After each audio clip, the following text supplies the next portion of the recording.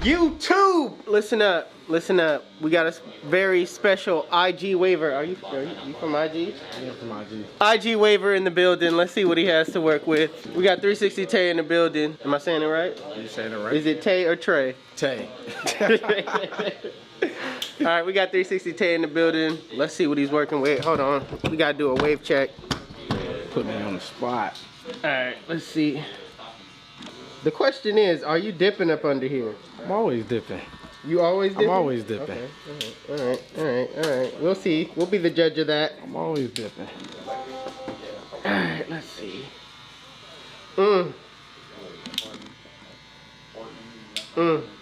Yes, sir.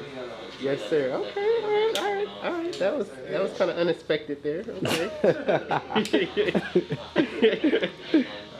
All right. So, basically, what kind of cut you getting? We're gonna take it down to a 2.5, leave the crown at a 3, and a low drop fade so I can let the size grow in. Leave the crown at a 3, 2.5, a low drop fade, and let the size grow in. So let me get this right. You want a 3 on the crown, So I can let the size grow in. 2.5, 2 on everything else with the low drop fade, with a line and a taper on the side and a mustache trim and. All right, let's do it.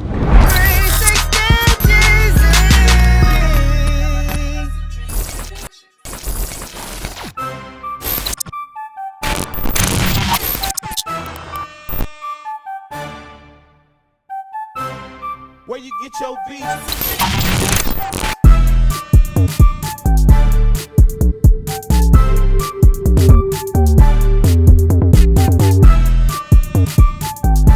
Alright you guys, so the first thing you want to do when cutting a waiver is you want to comb through the hair, lifting that hair off the scalp, checking for imperfection in the hair, making sure there's no cowlicks anywhere, and also you're letting the client know that you're going in that right direction, because the worst thing you want to do is start cutting and man, you go into a wrong direction, bam, a patch can happen. So make sure that you comb through the hair first. That way he can be able to tell you if you're combing wrong or going in the wrong direction.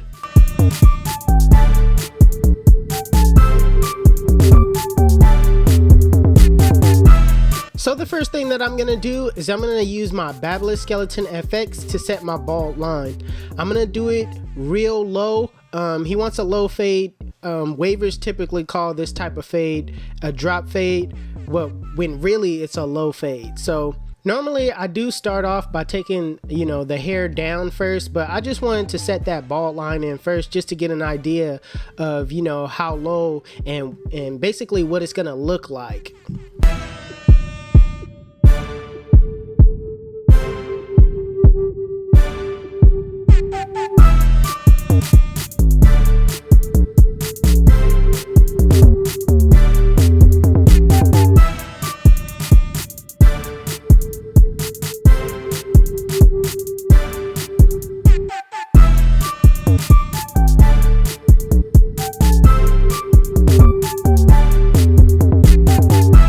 So like my client said in the beginning, he wanted a 2 on top and a 3 on the crown. So I'm taking my number 2 guard with the lever closed, and I'm just going with the grain of his pattern, making sure I go slow, not really digging in too much, but just kind of coasting that blade over his head. I did my client consultation with my client, and basically I told him that not to touch his crown at all in order to achieve more of that wave pattern near his crown area. So he's just gonna keep the crown, we're just gonna leave the crown alone, keep it thick, and yeah, he's gonna woof that area out so that he could get more waves developed in his crown area.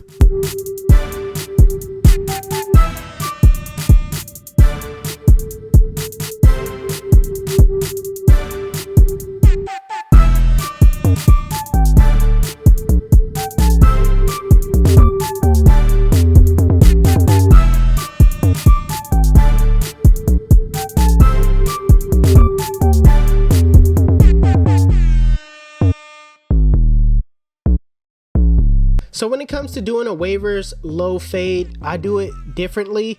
I start off with a number 1 and basically go up using my corners, and I might go up about a 1/2 inch and make sure that I scoop out instead of digging in throughout this whole process.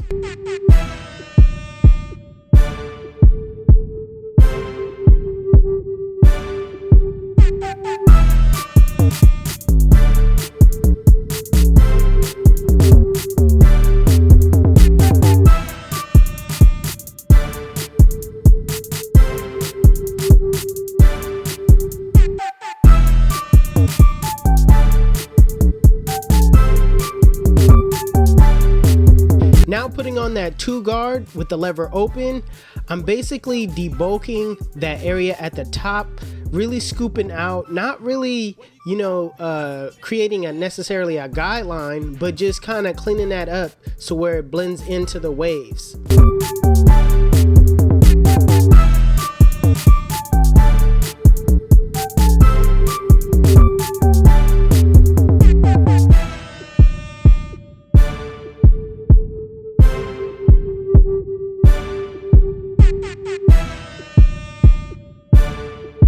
Now I'm just gonna blend down using my 0 guard with the lever closed, and I'm gonna flick out and go all the way up until that area where I use the 1 guard. What I'm doing is basically fading down. I'm preventing myself from going too high by fading up. Instead, I fade downward.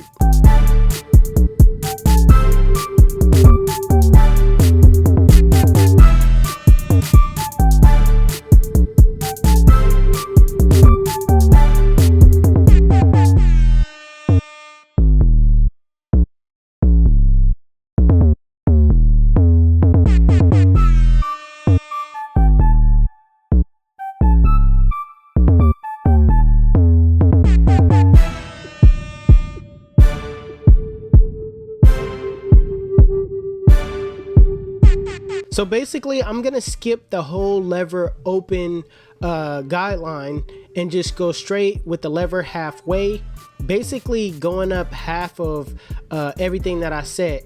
I'm using my corner as much as possible, making sure that I soften up that bottom line so I could make it easier to come behind it with the next step.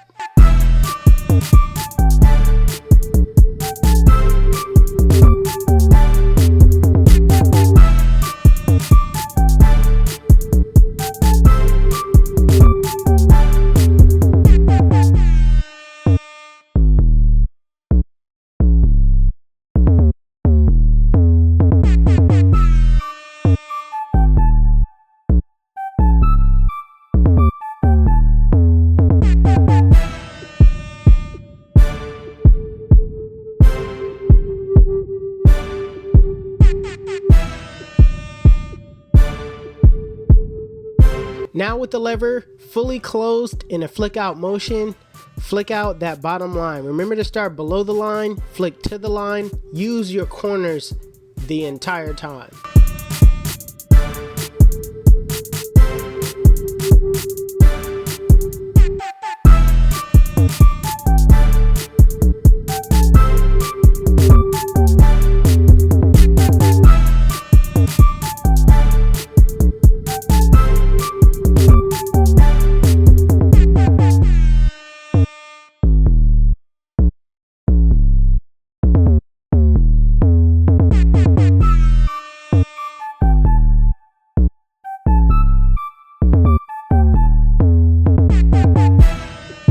So using these steps is going to take a lot of detail work, because what you're doing is basically trying to get this blend as tight as possible, but still kind of have some gradiency to it. So what you're doing is using your corners, grabbing different guards in different areas where you see bulk, and just kind of cleaning up this low fade as you go. Nothing is going to be, these guidelines that I told you guys are not going to be perfect.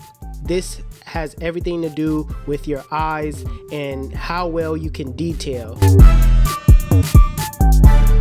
Where you get your beats? HustleDreamProduction.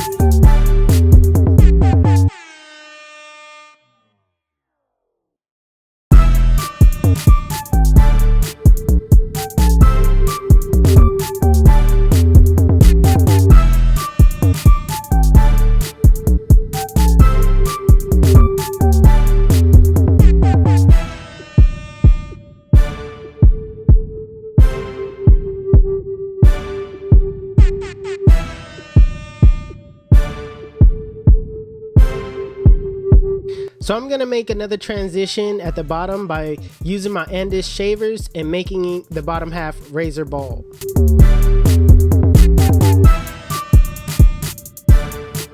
So when it comes to starting on the lineup, I always like to prep my line before I start, lining up my clients. I always like to take the front down to a 1.5, basically a gar size lower, whatever you put on top. So I'm taking it down to a 1.5, just the edges, just so that when my client combs or brushes his hair, there's no overhang when I line him up.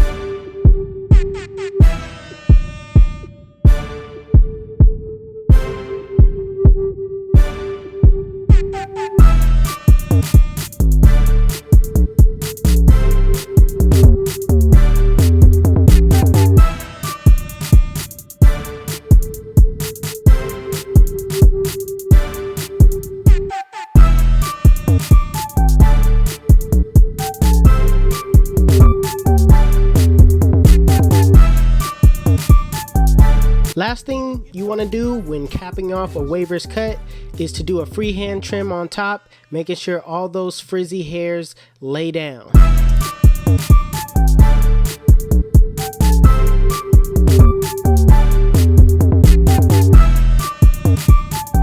Listen, let me tell you why they call me 360. When they sit in my chair, I spin them in a full 360, and they come out looking like, damn, son, where'd you find this? We make it look easy.